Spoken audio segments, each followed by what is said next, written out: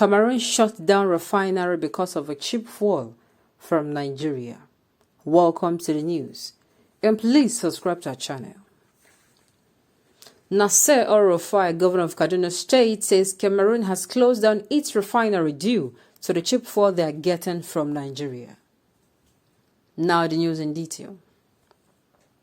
Speaking at the launch of a World Bank Nigeria Development Update (NDU) on Tuesday, El-Rufai said Nigeria is losing 250 billion naira monthly on subsidy payments, and it is not beneficial to Nigerians but neighboring countries. The fuel that matters to Nigerians is kerosene. It has been deregulated and the world has not collapsed. The fuel that is important to the industry and transporters is diesel, and it has been deregulated and nothing has happened, El-Rufai said. So this holla baloo about petrol is just something we must as a country have a conversation and agreed that it has to end.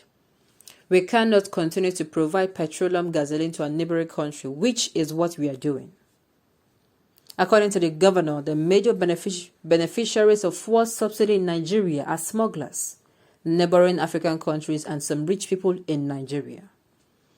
This month, the NNCC brought only 14 billion to the Federation account, and the budget they are meant to bring 120 billion naira monthly, but they brought in 14 billion naira with a threat that they will ask the Federation account to give them a check to cover subsidy. Who is benefiting for the subsidizing other than the smugglers? Neighboring African countries and some rich people. We should stop politicizing these things that will bring Nigeria to its knees.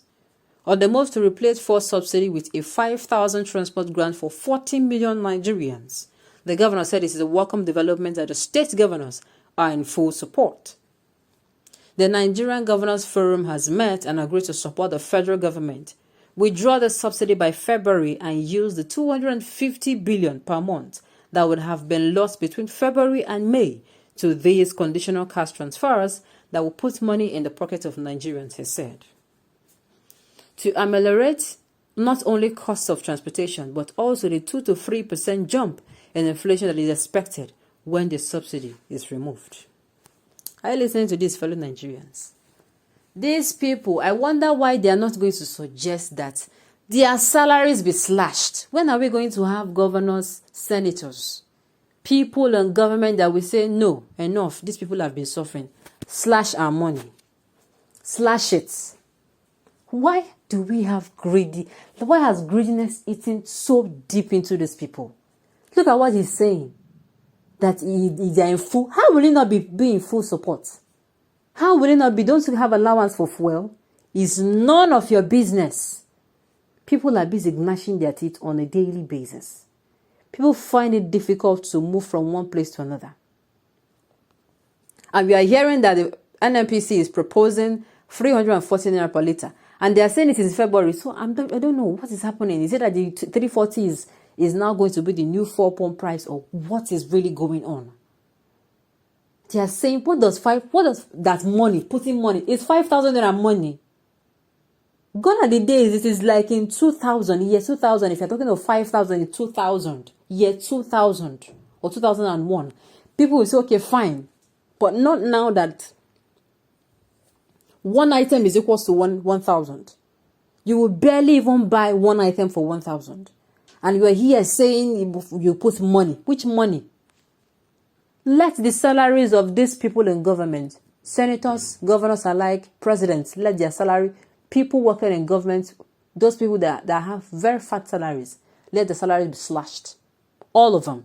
I'm telling you, by the time they finish slashing all 36 governors and all the House of Reps members at state and government and national level, you will see that the money for subsidy, you would have gotten it. In fact, you will not even slash their salaries and all of them before you get the money. What is this now? Nigerians are busy crying, gnashing their teeth, trying to get by. People who do 2 square meals, they now do only 1 square meal. People who do 1 square meal, they now snack and eat only on weekends when they're around the house. And now you are saying you want to cause them more pain and saying you are in full support of it. Really? I mean, why? Do you have to be this? I don't understand. Sincerely, I've been asking this question. Is it that when you join government, that's you go for a brain surgery, like brain fog is injected into your brain, or your brain is extracted, that you no longer think with your, I don't understand. Or some nuts, sincerely. There are people that I cannot get by, no matter how hard they work. It is not that these people are lazy, but things have made itself so difficult. The policies you bring in are the ones on a daily basis that continues to bring tears to the eyes of Nigerians. Please, people of Nigeria, in the last 6 years, have you gotten a policy that will bring joy to you? Maybe it is only this part of Nigeria where I'm in. Maybe it is only here. Let us know. Have you heard from the government that, oh, this particular policy is going to, release the pain Nigeria is feeling? Have you heard it? No. Ever since it has been policy that will further plunge you into poverty, further destabilize you. Do you know how many industries are fooled just from 2015 till now? Do you know? Do you know how many? How many firms and organizations has closed down because things are no longer looking funny? And yet these people are saying that somebody is sitting down that I support. I don't blame him now. Will you blame him? He's the one that sacked people that they were being owed more than 6 months' salary. He sacked them without giving them a dime. Would you blame him? He's that, how am I going to put it, heartless. He does not care, he does not care. He came out with them and he told people that, he told them, the federal government, that they no longer depend on federal allocation. How will you be dependent on federal allocation when you extort from the masses to use for whatever project you want to use, and you're here coming out to say that you support them?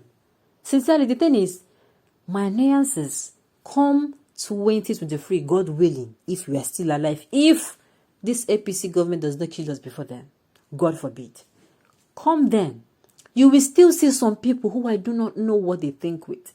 I do not know if they think from, if they are breathing from their mouth and they're feeding from their nose. They'll still come out and tell you, yes, Sai Baba. They're going to vote for these people. Very gullible people. And I keep asking myself, have you just forgotten? Have you forgotten how difficult it was you for 8 years? You keep asking yourself how you ended up in the same country with this set of human beings. It is sad though, very saddening.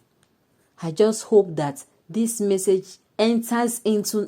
This one is not a thing of, it is not, these people, they don't know. I've said it before. You don't vote for somebody based on party. This one is not APC, PDP. No, they're the same people. You vote for them based on their competency. You vote for them making sure you're not voting for them hungry. That hunger is not making you to vote for someone you're not even meant to you're not even meant to consider. Hear this, know this, and have sense, people. Please, know this and have sense that next election, we are going to do what? It is operation using your PVC to protest. Using it, you do not want. If there's any way that even a youth can come out and you said, yeah, you are competent, and we look at you, you're competent enough, the youth will vote for. Because this thing is tiring. And the rate at which we are going, I'm sure the next generation will curse us for not doing anything about it. On this note, we have come to the end of the news. We say thank you for tuning in to listen. Until I come your way next time, enjoy the rest of your day.